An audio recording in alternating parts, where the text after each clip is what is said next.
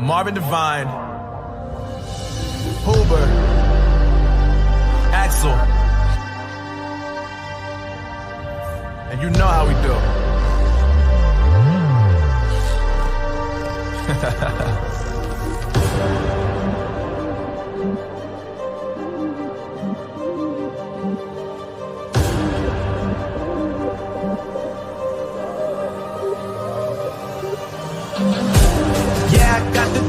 Yeah, I got the juice.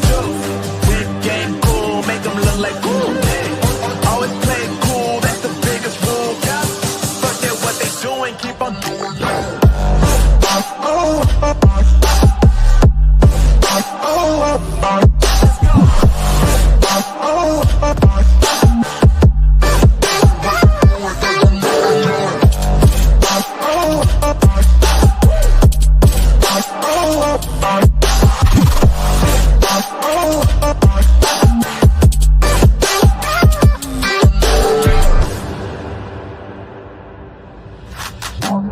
I've been making loot since like 22. Ask me how I made it right here in the booth. I'm always pursued cause of what I pursue. That's greatness, yeah, I gotta make it, I got things to lose. Boy, wanna get in my crew, but you can't get in my crew. Me, XL, and Huber, way too fireable. When this joint drop, better call the troops. And when you hear the drop, better raise the roof. Better raise the roof. You already know what happens when we when we link up. Let's go. Yeah, I got.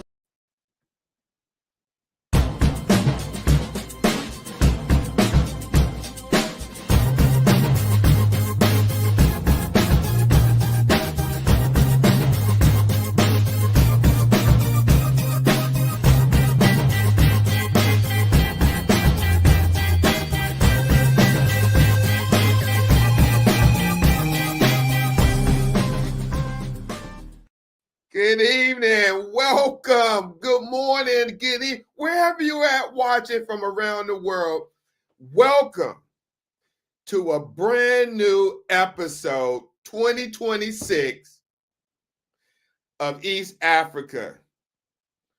Kidney Hub, it's been so long I forgot the name. Kidney Hub East Africa with myself and brother Moses Kennedy. Welcome, welcome.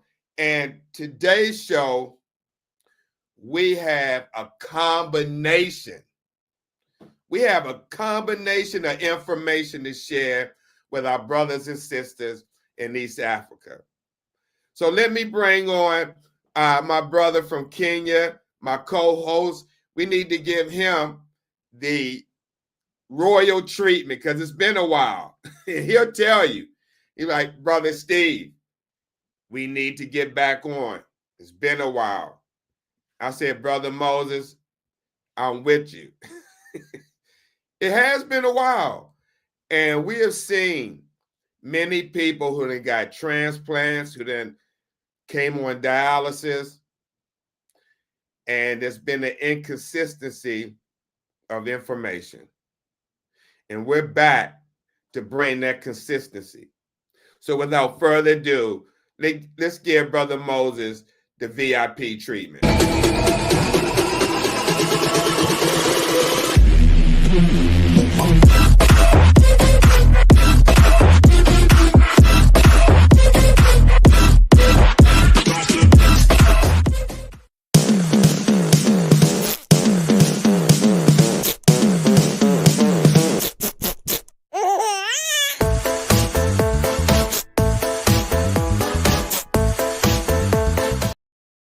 Brother Moses, welcome. Thank you so much. Thank you, man, Brother Steve. It's been a while. Yeah, it has been a while. Since last year, November 2025 to date. Really, it's been a while. And I've even how had long it's been? Since November? about around November Mm-hmm. to date. So I've had even some of our fans asking me, but where is your show, including from US? I've had these names. I can't remember them, but then they've been asking me what happened with Steve, the kidney nurse. Yeah, yeah. Then I normally say it's a matter of time. We'll be back live. So I'm really glad to be here today, and we hope that whatever we are trying to do will reach out to everyone, not only kidney warriors, but then every community that needs this information, Brother Steve. You know, Brother Moses, just listen to what you just said. It made me think back at the times I told you how I get discouraged because of a lack of viewership, uh, listening to the information that we put out. And just hearing what you just said, that there are some individuals where you're at asking what happened to me. It's like now, it doesn't matter how many people come. As long as we show up and the people who do come get the information. I always said, if I could help or we could help one person, whether it's here, whether it's me on TikTok, because lately TikTok has been suppressing my information where I used to have maybe 50, 60, 70 people. Now it's only like 3, 4 people. And the information that I'm putting out there is information that can help individuals that's undergoing kidney dialysis. So it is good to see you, Brother Moses, seriously, because honestly, when I think back, we've been doing this for a while. I mean, far as me knowing you on social media, I mean, at least 5 years or more. Has it been that long? About 5 years? Yeah, 6 years, about six Oh, years. see, and Yeah, I yeah. mean to have a relationship like that with someone from another country that I never met in person. I'm humbled by it and say that I'm glad to know you and that we working together and in light of the same um, the same we I can't think of the word right now what I want to say, but we had the same goal when it comes to kidney disease and getting that information out there, spreading awareness, making people known about it. Unfortunately, you are going through the experience of dialysis, and myself, even though I'm a nurse working in the field for 40 years, I myself have stage 2 kidney disease. And I shared that many times. And, I'm doing everything I can to keep it in check. So, but today, Brother Moses, our topics that we're going to discuss, and I know we don't have like a lot of time, but we do have time to discuss this because these topics are important not just to our brothers and sisters in East Africa, but to people around the world that are dealing with kidney failure, that's undergoing kidney dialysis, whether it's hemodialysis, peritoneal. Um, and the topic that we're going to speak on right now is feeling better with adequate dialysis.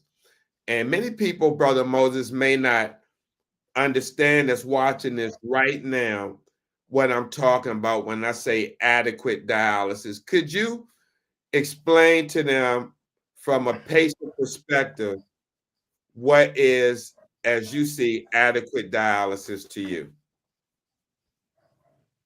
Okay. First and foremost, Brother Steve, I want to acknowledge for having recognized that we've really done a lot together, and we've been friends for that long. So I appreciate that acknowledgement. Now, coming back to dialysis matters, that is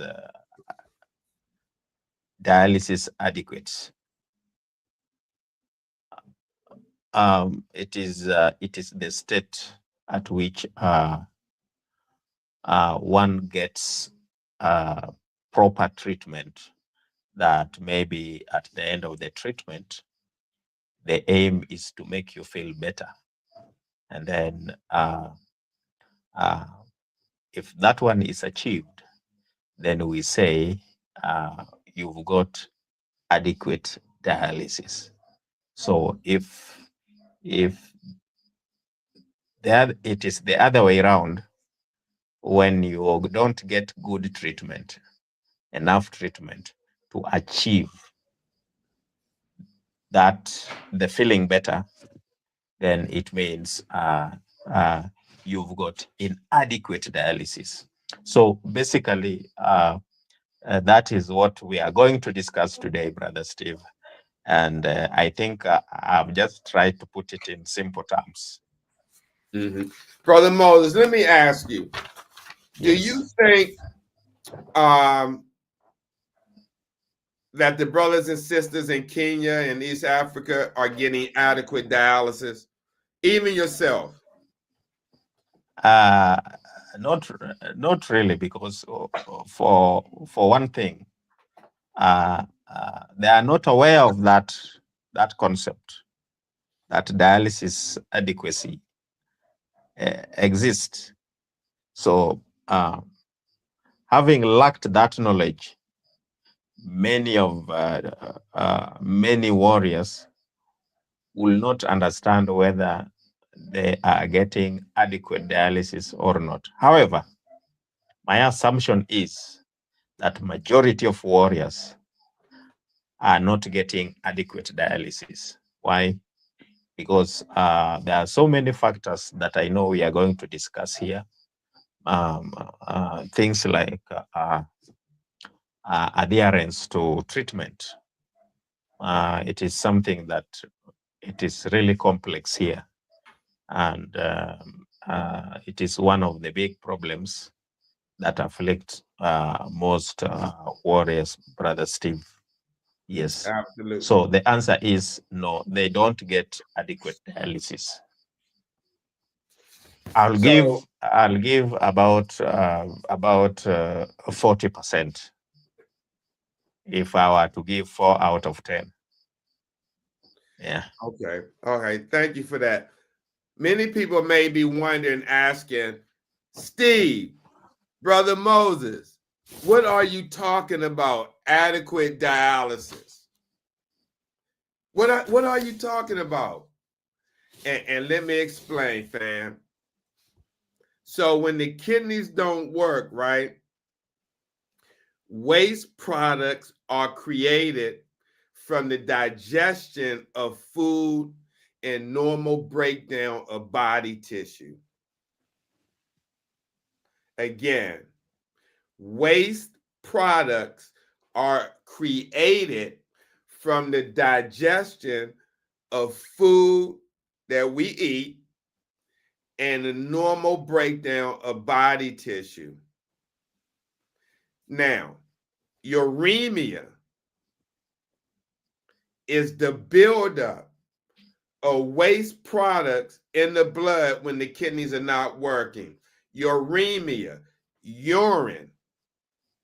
It sounds the same, right? Urine is waste. When we go to the bathroom, we urinate. But when you can't urinate no more, you have something called uremia that builds up in the bloodstream. And in my career, I've seen many patients in the past, older patients, that had white hair or gray hair. And then around the edges were yellow. And you know what that was? Urine crystals, uremia. Now, what dialysis does is remove the waste products that can make one feel better. That's what dialysis is for. It removes the waste and also ultrafiltrates, meaning removing fluid from your blood. Now, this happens when your kidneys are not working. That's why individuals have to do dialysis treatment to clear that waste out of their blood. Now, here goes some symptoms of uremia that I'm sure Brother Moses can expand on because he may have experienced it. And many other warriors, if you're watching this, whether you're on YouTube, on your phone, on your laptop, you're on TikTok, you're on Facebook, and if you're dealing with hemodialysis or dialysis therapy treatment, whether it's PD, hemo, or even if you're not on dialysis and you're at stage 5 and you just haven't started, if you have experienced these symptoms of uremia, put it in the chat. We're talking about loss of appetite, nausea, metallic taste in the mouth, change in taste perception, weight loss, tiredness, mental dullness, high blood pressure, and itching. Brother Moses, can you relate to any of these symptoms that I'm talking about right now? Oh yes, oh yes. Many a times, if you don't get adequate dialysis due to any other reason, there is normally that built up of uremia. It may be, let's say, urine in blood, in simple terms. I mean, so you realize that one thing that stands out is loss of appetite. And this one, when most, from my own understanding, I always share with fellow warriors, if the moment you lose appetite, then it means the level of urine in acid in blood is high. So yes, for sure, that one really stands out. Another thing that really stands out is when the uremia is high, then the chances of getting tired is very high, quite high. And I do agree with you, Brother Steve. Almost all that you've listed, most of us experience. Yeah. Brother Moses, one may be asking right now, or even our brothers and sisters in East Africa, or even here in the United States, United Kingdom, maybe over in the Asian countries, wherever they're watching from. They may say, Brother Moses, Brother Steve, how do I know when my blood is getting clean? How do I know? In here, United States, I'm not sure where you're at, Brother Moses, or anywhere else, but they use something called KT over V. And KT over V is a monthly test that calculates how well the blood is being cleaned. Now, there are goals for KT over V, Brother Moses. In outpatient hemodialysis, when you go to a clinic, because here in the United States, they go 3 times a week. I know over in East Africa, it's twice a week. But the goal for hemodialysis of a KT over V is 1.2 or higher. Now, for home dialysis, home hemodialysis, the goal is 2.0 or higher. In some places, it may be 2.1. And then when it comes to peritoneal, when you're doing it through your abdomen with the solution, the goal is 1.7. And you see how in center, the goal is a little bit lower as the home, because when you do home dialysis, the expectation is you're getting more treatment done other than going 3 times a week in the United States. And that's why I asked you in the beginning, do you think you were getting adequate treatment? Because 2 times a week at 4 hours, to some may not, that's only 8 hours of treatment, where the average person may go here in the United States 3 hours, 3 times a week. That's 1 more hour longer than what you're getting. Absolutely. And that is why I did mention I would give 4 out of 10. The reason being, number one, is just twice a week. And 2, inconsistency by kidney warriors who doesn't make it maybe on time or appointments. They will come today, miss tomorrow, maybe because of any other reason. So that means they only did 1 treatment a week that week. Yeah.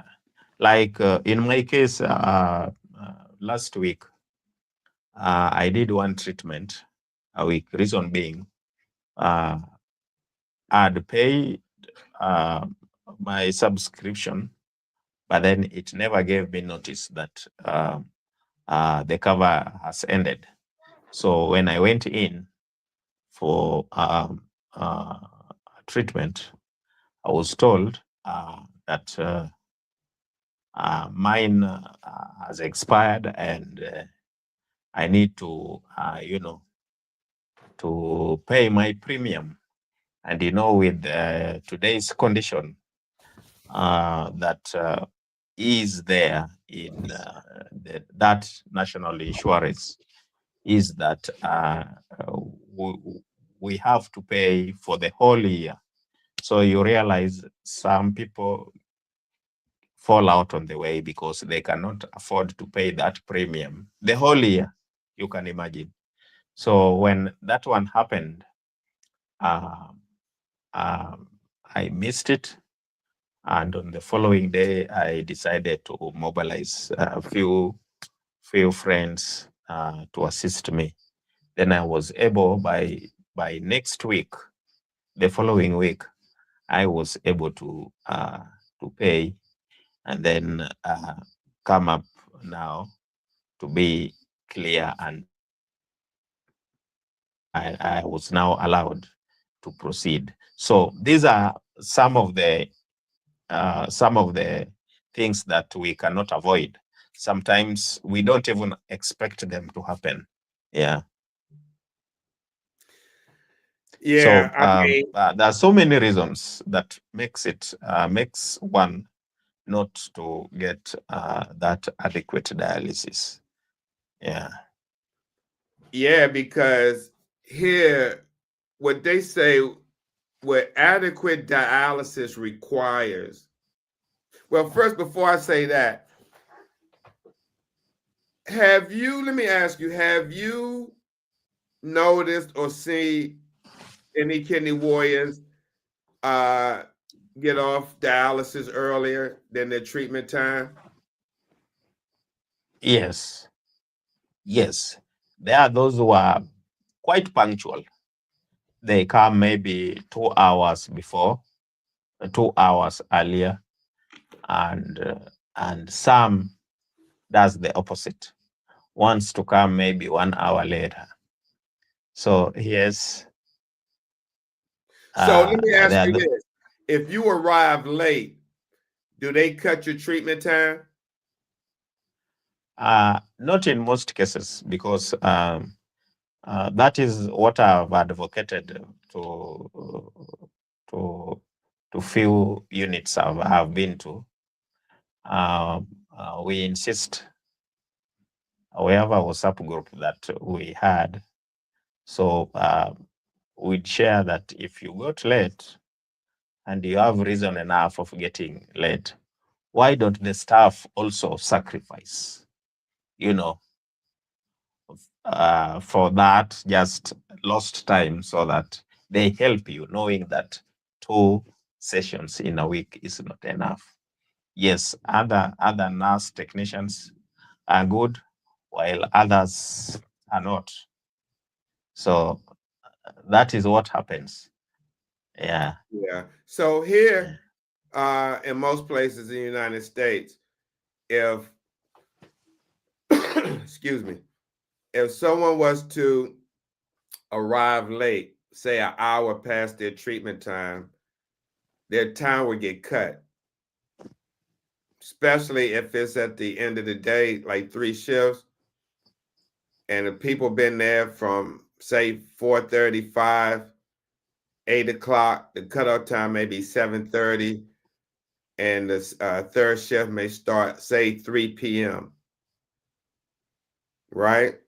So if you have I someone get you. 4 hours, they finish at 7, and like I said, the cutoff time 7:30. So somebody come at 4 o'clock, and they 4 hours, they're only going to get 3.5. They're going to cut them off at 7:30. Now, this has been a issue for many people, especially people that work, and they may have to leave early or get caught in rush hour traffic trying to get to dialysis. But what does adequate dialysis requires? For one, Brother Moses, for one to get adequate dialysis requires something. And when we say adequate dialysis, if you just came in, we're talking about your blood being clean to the point where you're meeting or exceeding the KT over V, which is a blood test they do each month to see if you're getting enough dialysis or if your blood is being cleaned of the waste and toxins. So what is required of adequate dialysis? Attending all dialysis treatments, staying for your 4 prescribed treatment time. If you're 4.5 hours, stay your 4.5 hours. If you're 4 hours, you're staying 4. 3.5, 3:45, 3:15, 3. Also, rescheduling the treatment if a usual day is missed. So, like Brother Moses said, he missed a day. Then I would say, did you make that day up? Did you go in another day to get your 2 days that week? And that's what they do here in the United States. If one misses a day, we're going to ask them, can you make that day up? So if you're Monday, Wednesday, Friday, and you miss a Monday, can you come Tuesday? Then you're going, yes, you can come back Wednesday to get back on your schedule. And then Friday, if you're Tuesday, Thursday, Saturday, coming out the weekend, if you got to miss Tuesday, well, can you come in on Monday? Because from Saturday to Wednesday, they're going to consider that Saturday, Sunday, Monday, Tuesday. That's five days. So, Go ahead, Brother Moses. so what happens? The scenario, the scenario here is quite different because the national insurance we have here, it is called Social Health Authority. It has its own stipulated rules and regulation that sometimes do not take patients into consideration. I want to give you, like, for example, my case. The Social Health Authority stipulates that pre-authorization can only happen twice a week. That is in the system, that it cannot change. So you can imagine, Brother Steve, if you miss one, then you come next week, there is no way you can, you get my point. There is no way you can pay, you can compensate that waste time or missed treatment. Why? Because the pre-authorization only accepts twice a week. I think they were putting Right. this to curb, and So let me scopeless, ask you this.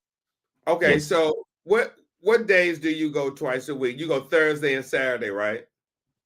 Tuesday and Friday. Oh, Tuesday and Friday.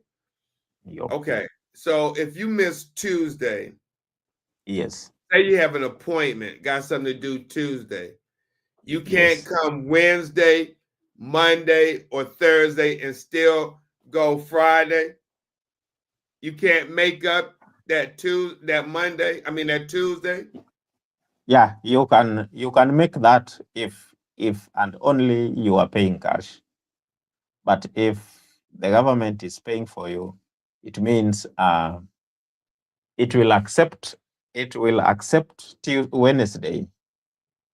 Then now it means Friday it accept again. That is 2 sessions. So Okay. next week it will not accept. You get it? So if you miss Tuesday, right? Okay. And you don't have the money to pay cash, the Social Health Authority only pays twice a week. No, I So if understand you, that. If you yeah, miss Tuesday, okay, you didn't have treatment. So how can they pay for something that you didn't do? All right. absolutely, Okay, so absolutely, you didn't do it on Tuesday. So say I'm going to make up for Tuesday. I'm going to go Wednesday to make up yeah, for Tuesday. Why would you yeah. have to pay cash? And why wouldn't they pay for it if they didn't pay for Tuesday and you getting your treatment Wednesday that's going to make up for Tuesday? Yeah, I get your question. You see, if you have a problem on Wednesday that makes you not, because maybe of insurance, I mean of you have a problem to do with the SHA, the Social Health Authority, then the problem seems in between can only be solved. Sometimes it gets solved because it is money matters.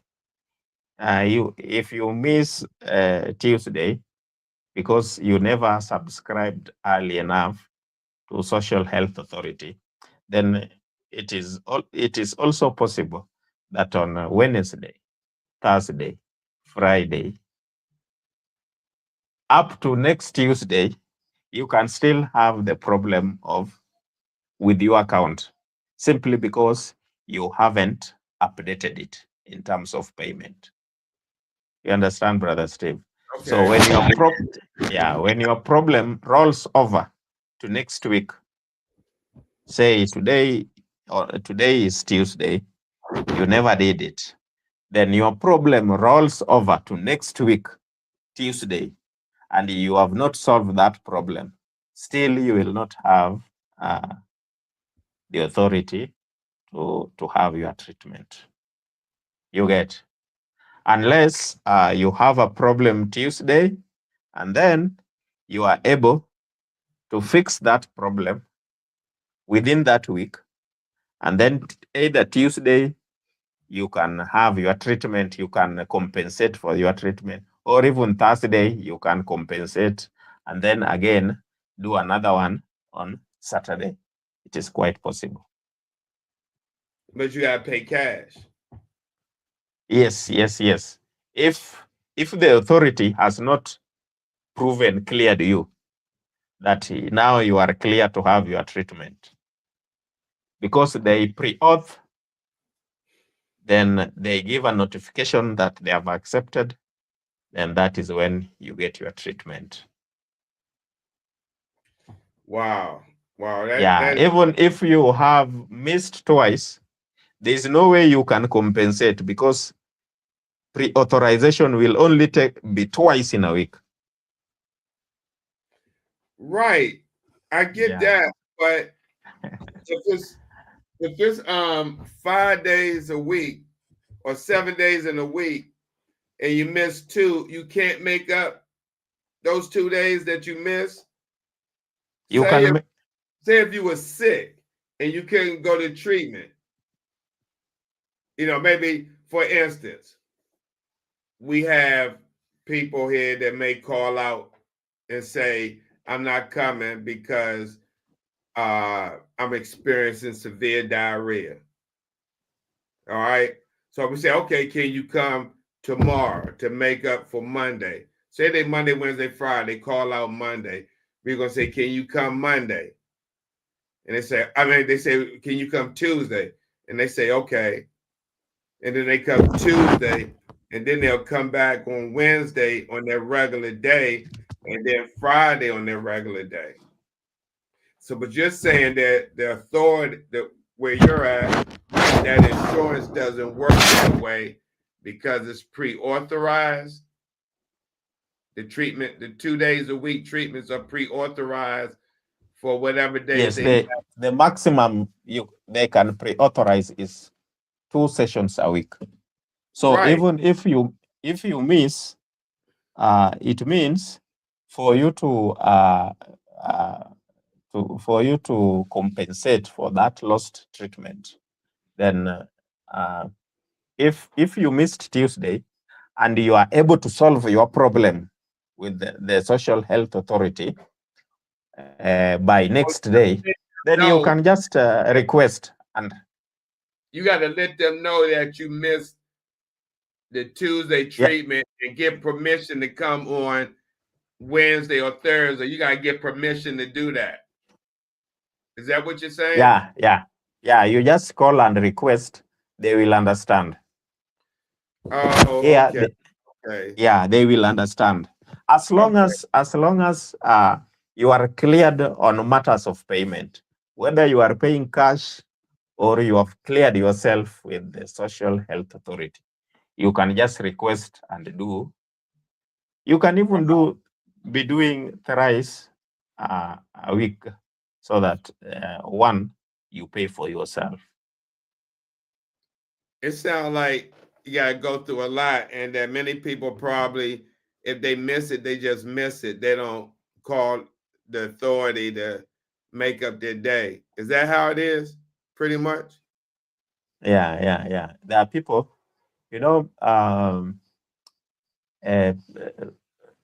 government services here are quite tedious. They are not quite much accessible in a manner faster than you'd want. So something that ought to be solved within 1 day or 2 days, sometimes it is carried forward. Like if you have a problem on Friday, then Saturday and Sunday is a weekend. They don't open. So you are stuck until Monday. Wow. Yeah. You are stuck until Monday. So maybe Monday you get your problem solved. Then you request if you can be scheduled because you missed. Yes, if you have cleared, they can understand and tell you, okay, come and do it because maybe you missed it 4 days or 3 days, and you can be scheduled. Yeah. Okay. Now, there's one more thing that I want to say that it takes that requires adequate dialysis. I talked about attending all dialysis treatments, staying for your full treatment time, rescheduling the treatment if a usual day is missed, and then there's one more, and that's taking good care of your access, what they call your lifeline. Now, Brother Moses, you still have your catheter, right? You still have your Yes, yes. catheter. And when I say catheter, chat, this is what I'm talking about. Hemodialysis catheter. Yeah, I still have it. And at the same time, I have a graft, but then I can't remove either because I've got some complication with central vein stenosis, and I was Is your graft scheduled working? to, yeah, from the last investigation before I was diagnosed of central vein stenosis. They told me the graft is working, but then now the flows of blood from heart to the other part, when it goes, it doesn't come back properly. That is why, because of that narrowing, that is why the other arm keeps on swelling, right? So that is how the state is. So I still have both, but currently I'm using the catheter. Okay. So, Brother Moses, talk about taking good care of one's dialysis access, which I think is very important. Brother Moses, most people over at your clinic, do they have both catheter and access in their arm, or is there a majority of people with access in their arms or catheters, or is it a mixture? Yeah, it is a mixture because there are people whose veins have failed them, like myself. Also, they still use the catheter, and there are those people are using catheter because the veins are failed, but then they cannot afford grafts. So actually, graft here is very expensive. It is an expensive affair to have one. Wow. Because the government still acknowledges only fistula and catheter. So Yeah. for the Medicare. graft, Uh-huh. it is not still covered. That's crazy. You got to come out of your pocket to pay for the graft. But here in the United States, the government, pays for the surgery and they bill. But they only pay 80%. And the patient is responsible for 20. Brother Moses, you still there? Look like you froze up. Look like Brother Moses froze up. That's how it is sometime in Kenya. So hopefully we'll get him back. But let's talk about taking good care of your access. That's important, especially if getting good dialysis, or as we say, adequate. Having access procedures done as quickly as possible. Say if you got a graft or a fistula, and as you clot, you should be at home before you go to treatment doing access checks with your stethoscope. You don't have to get no fancy one like this, but get one from Amazon. And what you want to do is going to put it in 3 times a day, wherever your access is. You want to listen to the brew it.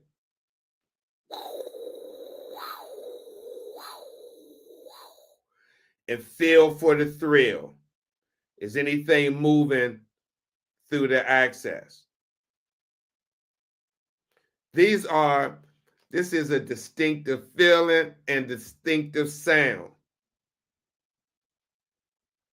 And when you go one time, say you late at, you do it 3 times a week, morning, noon, and night. Say you go at night and listen, and you don't hear that, or you don't feel the thrill. Like, I don't feel nothing.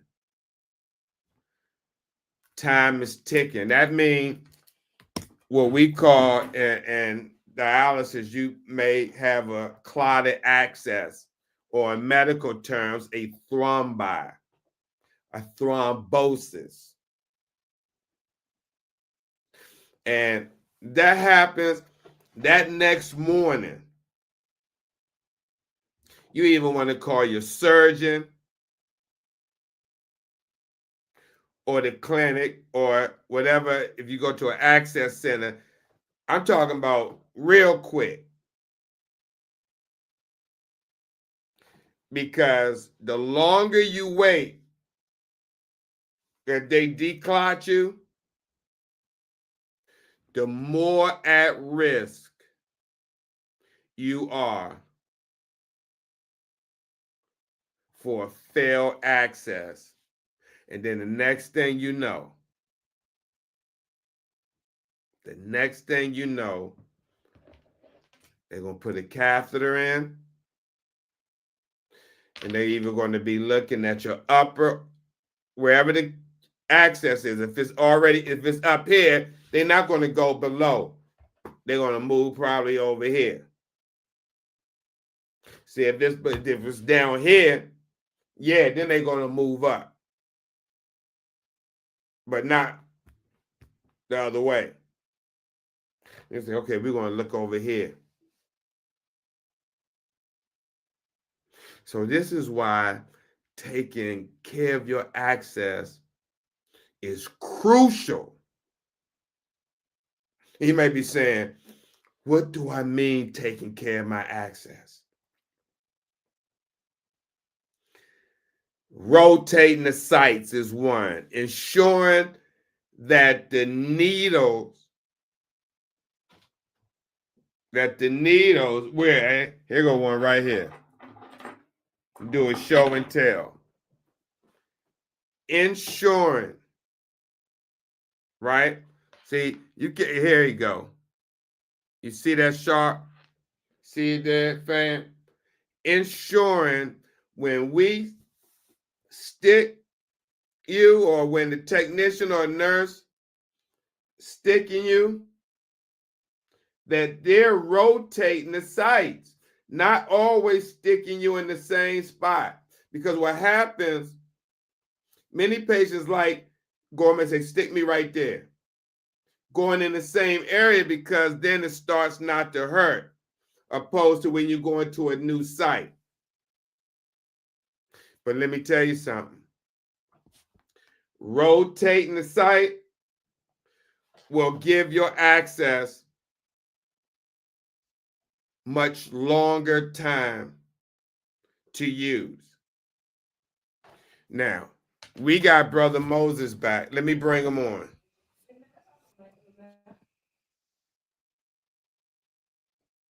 Brother Moses, I can't see you. There you go. There we go. Yes. How's it going? Welcome back. Welcome back. So, Brother Moses, what I was talking about was taking good care of the dialysis access. And one thing I said, which I know in Kenya or East Africa, this can be a big challenge. This part could be a big, big challenge. And that's having access procedures done as quickly as possible. So if you're out in a rural community or a neighboring community and your access clots not working, stop working, you may have to go many miles to go to the nearest hospital. Isn't that right, Brother Moses? Which yes. can Yeah. put the person more at risk of losing the access, because time is essential in getting to the access surgeon to declot the access. And is that an issue in where you're at, Brother Moses? If something happens to your access, you have to go a long distance to get it addressed, opposed to like going 2 or 3 miles to the access center. Oh yes. You will go away miles, and even far distances just to have your catheter, or I mean, in your access checked. Because remember, we've got long, we've got few cardiovascular surgeons that handles this matter. So basically, it is outpatient service that you sort it privately, away from your dialysis unit. Mm-hmm. Yes. Brother Moses, I want to answer this question. My friend from TikTok, Naj Nala, I call it Naj MD Naj. He asked the question, how long can one go without treatment? And that varies from person to person. You know, if one still urinates, um, that answer can vary. I've seen someone go without dialysis for 2 years. They was on hospice on TikTok, and her name was Jeannie Button. She went on hospice and lasted 2 years. So it just depends. Wow. Wow. And thank you, Joe Samuel, for coming through, saying excellent form for kidney disease, renal replacement therapy, dialysis. So we appreciate you stopping by, commenting. But Brother Moses, what I was talking about when you came back was I was talking about needle rotation. Needle rotation. Um, and when one is getting stuck, to rotate each time you get stuck, the next time rotate and don't go at the same area, because you'll keep the longevity of the access pretty well. With a graft, because it's man-made, you may get about 5 years. That's the average time, about 5-year usage. But remember, this is man-made not actually plastic, but a synthetic Gore-Tex type of material. And when you sticking it with these sharp needles, right? And showing people here, when you sticking it with this sharp needle, each time you're puncturing that material, it got to seal up. So imagine keep going at the same area. It's going to take longer to seal up over time. So that's why we take people to rotate. So that's what I was talking about. Also, taking good care of your dialysis access also involves knowing the prescribed blood flow rate and make sure it is reached every treatment. Each machine has a pump that pumps the blood, and each patient has a prescribed blood flow rate. I don't know, Brother Moses, you could be 400, 450. Some people may be 300, 350. Do you know your blood flow rate, Brother Moses? Oh yes, I've been on. I normally try to get it to 400. for many years. So at 400, that is what I've been on for so many years. Yeah. And for many people don't know, the more your blood flow rate, the more blood is being processed and the more waste is being removed. Now, if you got a catheter and you're supposed to see, this is a man-made device. You can see this. This is man-made. So cleaning using the catheter is going to be almost somewhat reduced because it's man-made. Right? So that's why they want the blood flow rate up with the catheter, 400. Now, when your catheter stops working, or you got a lot of times what happens, those holes at the end of the catheter, right there, those holes, this tip part is in the back of the heart chamber. And by this being man-made, blood is going to cling to this because it's a foreign material. So what's going to happen, you see these holes right there at the end of the catheter. That's where the blood comes through when we put the syringes on to pull out. Over time, that's why they put heparin in the limb. Oh, you need to see, there you go. There were the holes right there, Brother Moses, those slits. Yeah, you can see it. That's why they put heparin in here to help prevent these holes from getting clogged up, because over time, blood will start sticking, aggregating toward these right here and build up what they call a fibrin sheath. And over time, what's going to happen is going to cover those holes. And now when we put the syringe on to try to get access to the blood, we're not going to be able to get it because these holes are going to be blocked. So that's when they come and we have, where is it at? We use this medicine right here called calf flow activase, which is a thrombolytic, meaning it comes in a powdery form. Comes in this bottle right here in a powder.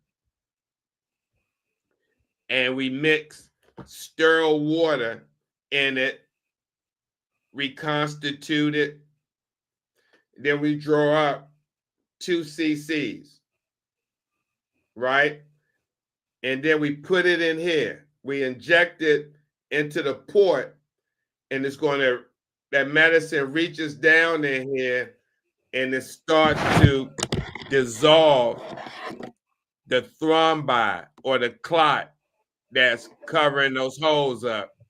And so we let it sit there for 30 minutes.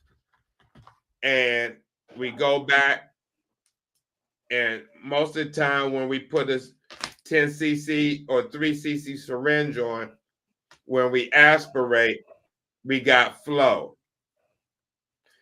But this is expensive, and a lot of units don't get reimbursed. So if that unit has it, they may use it to get the person through that treatment. However, if you had to start using this for your catheter, that means there's a problem. And a lot of times now over here, Brother Moses, if you got an issue with this, they don't put the wire down in here anymore. They just pull out the whole catheter and replace it. And that's what Medicare pays for that. They just replace the whole catheter. So, but knowing what your prescribed blood flow rate is and making sure that it has reached every treatment is imperative if you're watching this right now, especially if you got a catheter, because they may not tell you it's not working right, and you could be asleep and the machine going off. You could be a heavy sleeper, and all they're going to do is come over and keep turning the blood pump speed down to see if it'll work at that speed. And next thing you know, you're supposed to be on 400, and you running at 250. So know what your prescribed blood flow rate is. And if you're not reaching it, if you look over whether you got a graft, fistula, or catheter, if you're not reaching your prescribed blood flow rate, you want to know why. Because if you're not reaching it, your blood is not being cleaned properly, or you're not getting enough, the waste cleaned out like you should at that prescribed blood flow rate. Now, Brother Moses, let me talk about what happens when enough dialysis can lead to. What can happen if a person does not get enough dialysis over time? Meaning you're getting off early, you coming in late, you miss your treatment and don't reschedule. Not enough dialysis can lead to decrease in appetite and energy, feeling sick and tired, fluid overload, shortness of breath, edema, meaning fluid in the ankles, more frequent hospitalization, and last but not least, which nobody wants to hear, a shortened lifespan. Brother Moses, you have many people here, and I'm sure there, that say, I don't feel good, this, that. They got a decrease in appetite, they're feeling sick and tired, or they have fluid overload, or they may see themselves in and out of the hospital, but at the same time, they're shortening their treatment. They're not going to dialysis. They're not making up. And it's the same song and dance. So a lot of people don't understand that many of their symptoms could come from not getting enough dialysis, especially if they have the catheter. Because again, this is a foreign material. It's man-made. It's not your natural veins like a fistula. That's why they say the fistula is the gold standard. Then comes the graft. And then this, they put this in because it's quick access to your bloodstream. So we can immediately start dialysis. Usually it's another one that they use. And it's the IJ, which go in the side of the neck. They call it IJ for internal jugular vein. This catheter is shorter. They put it in right at the bedside. And it goes right there on the side of the neck. So, bam, emergency, if you need emergent dialysis, here they put it at the bedside, call the nurse in, and we can do it. And then say after a couple of days, they schedule for the permacath. They pull this out and put this in. So now again, not getting enough dialysis can lead to a decrease in appetite and energy. So if you're watching this and you've been missing treatment or shortening your time, it's over a period of time, this builds up. Decrease in appetite and energy, feeling sick and tired, almost like you did when you first started treatment. Fluid overload, shortness of breath, edema, more frequent hospitalizations, and shortened lifespan. Now, what questions should one ask, whether you're in East Africa, United States, United Kingdom, Asia? What questions should you ask if you're dealing with this? Do I gain too much fluid weight in between treatments? Do I stay for the entire treatment time? Do I go to all my dialysis treatments? Did I reach my prescribed blood flow rate? Do I feel well? Have I kept all of my access appointments? Do I arrive late or do I leave early? Those are the questions you may want to ask yourself. Hey, be happy. Hey, y'all. Now, let's look at life, how it can be with a healthy KT over V. Feel better. Have more energy. Being more active. Enjoy food. And live longer. That's why you see some people who's like, how you on dialysis? How do you have all this energy? How are you able to do, like I talk about the gentleman that did nocturnal dialysis overnight, 6-hour treatment, 3 days a week at night. 3 days, 6 hours, that's 18 hours a week. Now imagine 18 hours of treatment opposed to like Brother Moses is 8 hours. This person is getting 10 more hours of cleaning of their blood. And I talk about 70-something-year-old gentleman that was doing nocturnal. And when he got off in the morning, he went and played golf. We in Houston. They got a lot of golf courses in Houston. He went and played 9 holes every time he got off, because that's what he retired. He loved golf. And he felt, Brother Moses, I mean, you know what I'm saying? Most people, when they get off dialysis, they got to go home and get some rest. This guy go home, get something to eat, and then go off to the golf course.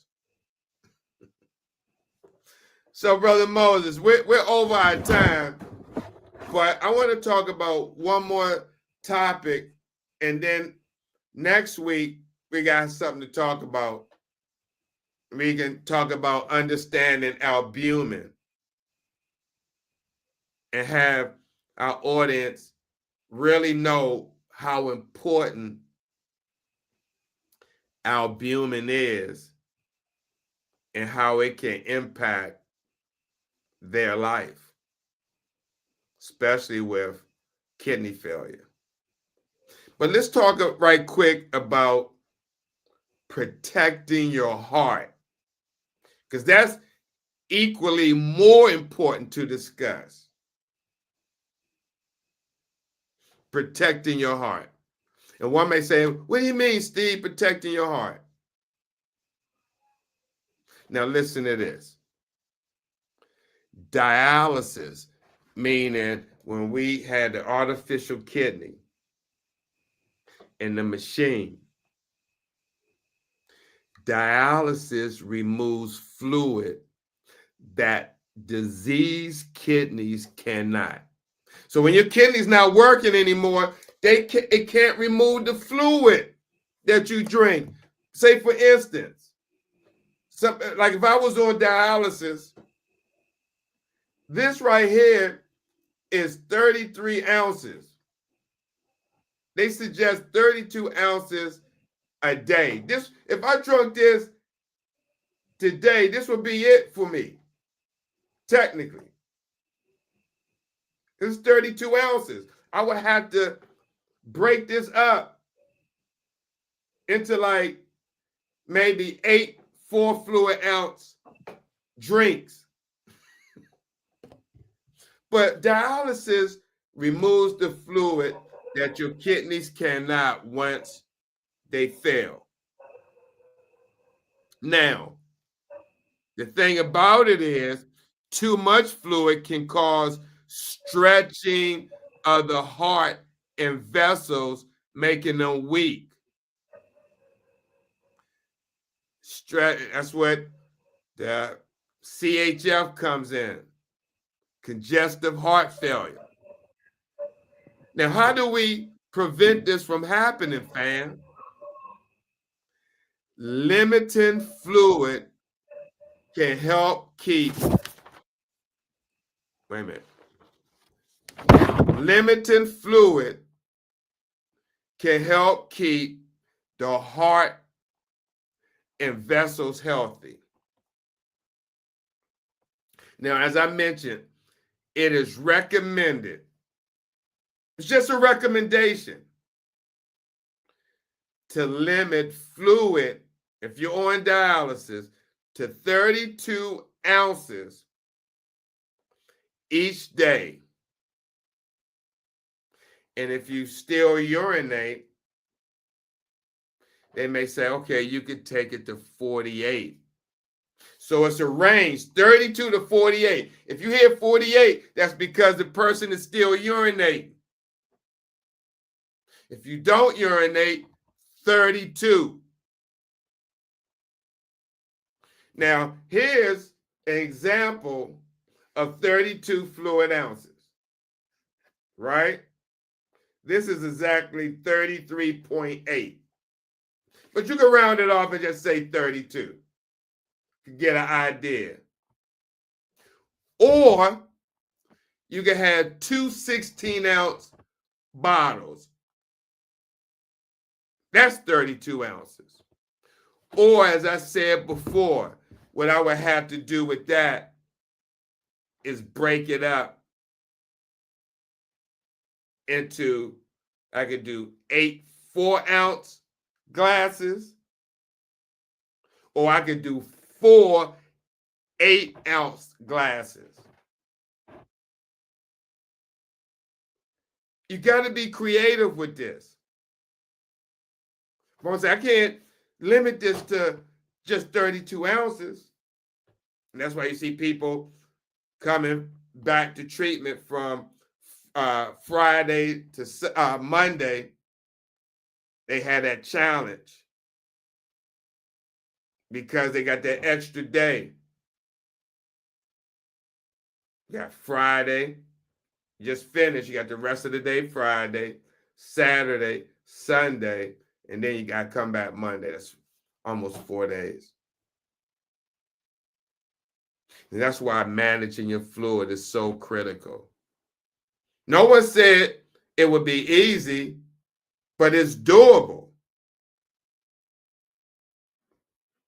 Consider this when you're trying to manage your fluid.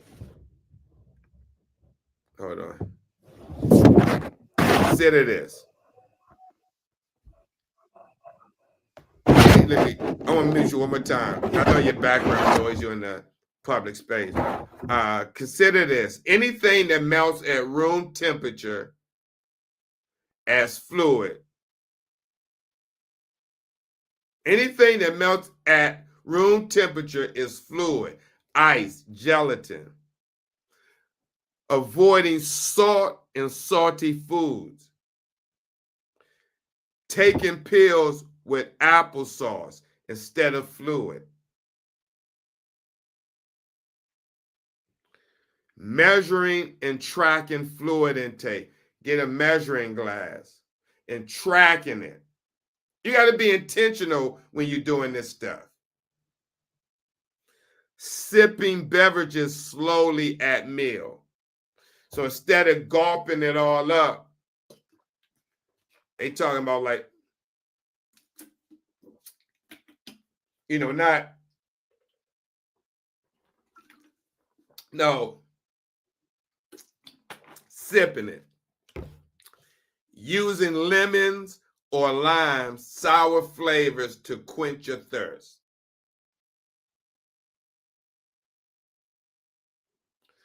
And just know this, last but not least, avoiding sugary items which can lead or which can cause increased thirst. So that's our tip for protecting your heart, letting you know that the more fluid you bring in, if you go on dialysis, the more that it can cause stretching of your heart and the vessels, making them weak. And this is where CHF comes into play.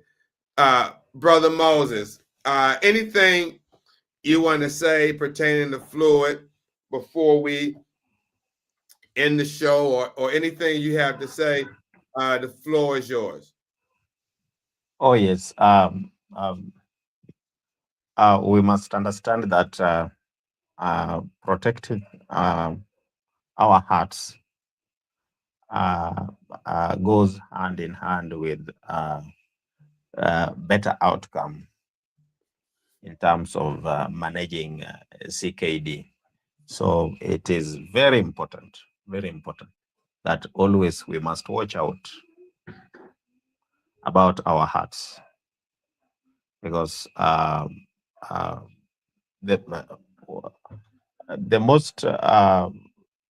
most common problem with most warriors that become so much complicated is heart-related illnesses, cardiovascular issues. So yes, I want to urge everybody to take note of any changes in their heart, be it heartbeats or rhythm or anything, name it. You must be alarmed. Thank you, Brother Steve. Yeah, Brother Moses, absolutely. Thank you. Brother Moses, like I said, we've come to the end of the show. We ran over 19 minutes, but that's okay, because I mean, we had many people come through, stop through, support. I appreciate the people that came through and supported me. MD Naj, she says, or 32 ounce until next treatment. Oh no, 32 ounce per day. 32 ounce per day, beloved. Yeah, let me make clarity. 32 ounce is equivalent. You know, the measurements we use here in East Africa is in liters. So it is about. So 1 liter. It is about. Yeah, it is about a liter, 0.9 something 8, close to 1 liter, because 1 liter goes for about 33 ounces. So maybe to our brothers and sisters in East Africa, when we are talking about ounce, it is the amount of that liquid. Okay. Hello from Indonesia. Thank you for coming up. I mean, coming to the live. We appreciate you. Please share the information to your fellow Indonesians over there as well. Let them know that we're definitely trying to spread awareness for kidney disease. So we again welcome you from Indonesia. Thank you so much. So, but with that being said, Brother Moses, we're going to go ahead and end the broadcast. But as always, definitely appreciate doing this show with you. We've been doing it a while, man. The longest I've been doing this, the longest with you than I did with some of the people that we started the broadcast when we were doing shows on a regular basis back in 2018, 2019. I mean, we're talking about 6 years ago. 2018 is, we're talking about almost 8 years ago when I started this. And I mean, nothing's changed. It's still kidney disease. People are still being diagnosed, being put on dialysis. It's just information is like revolving. It doesn't change. It doesn't change because you're steadily having new people come in that may miss, like what we talked about with protecting your heart or adequate dialysis. That's something that's ongoing, because you're going to have new people not going to understand the process or what one is talking about when they say adequate dialysis. Are you getting enough treatment? So I'm looking forward to many more.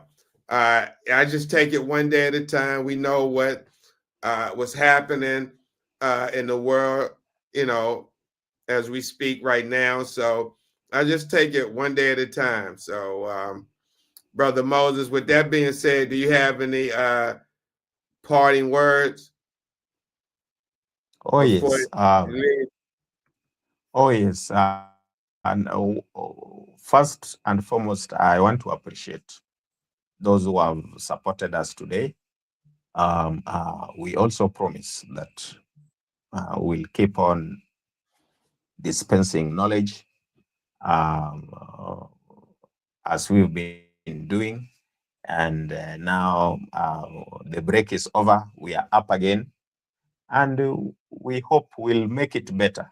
So everyone, wherever you're watching, or if you are not watching today, I know maybe you will come across our videos and you can learn from it, not necessarily today, but anytime you visit Steve the Kidney Nurse YouTube and the Figo Initiative Facebook.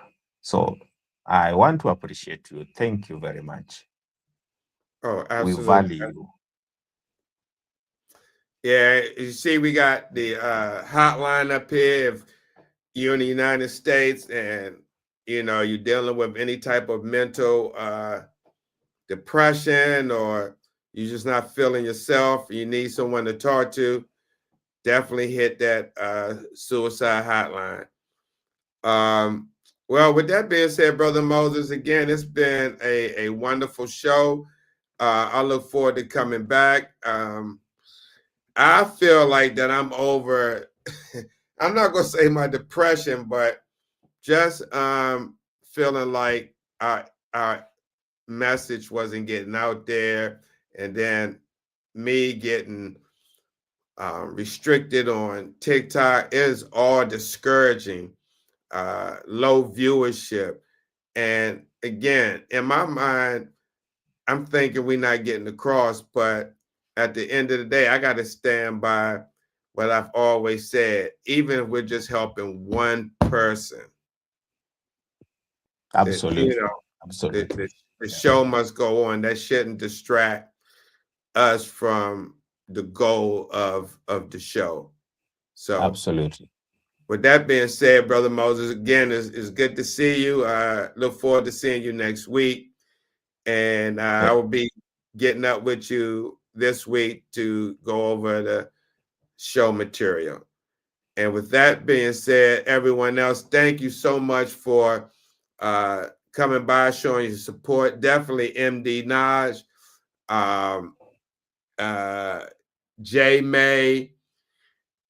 It was somebody else here. Robert, D Happy, Joe Samuel, and anyone else watching from YouTube or TikTok or Facebook. Thank you so much for your support, and we look forward to seeing you soon. With that being said, take care and good night from wherever you're watching. Thank you, everyone.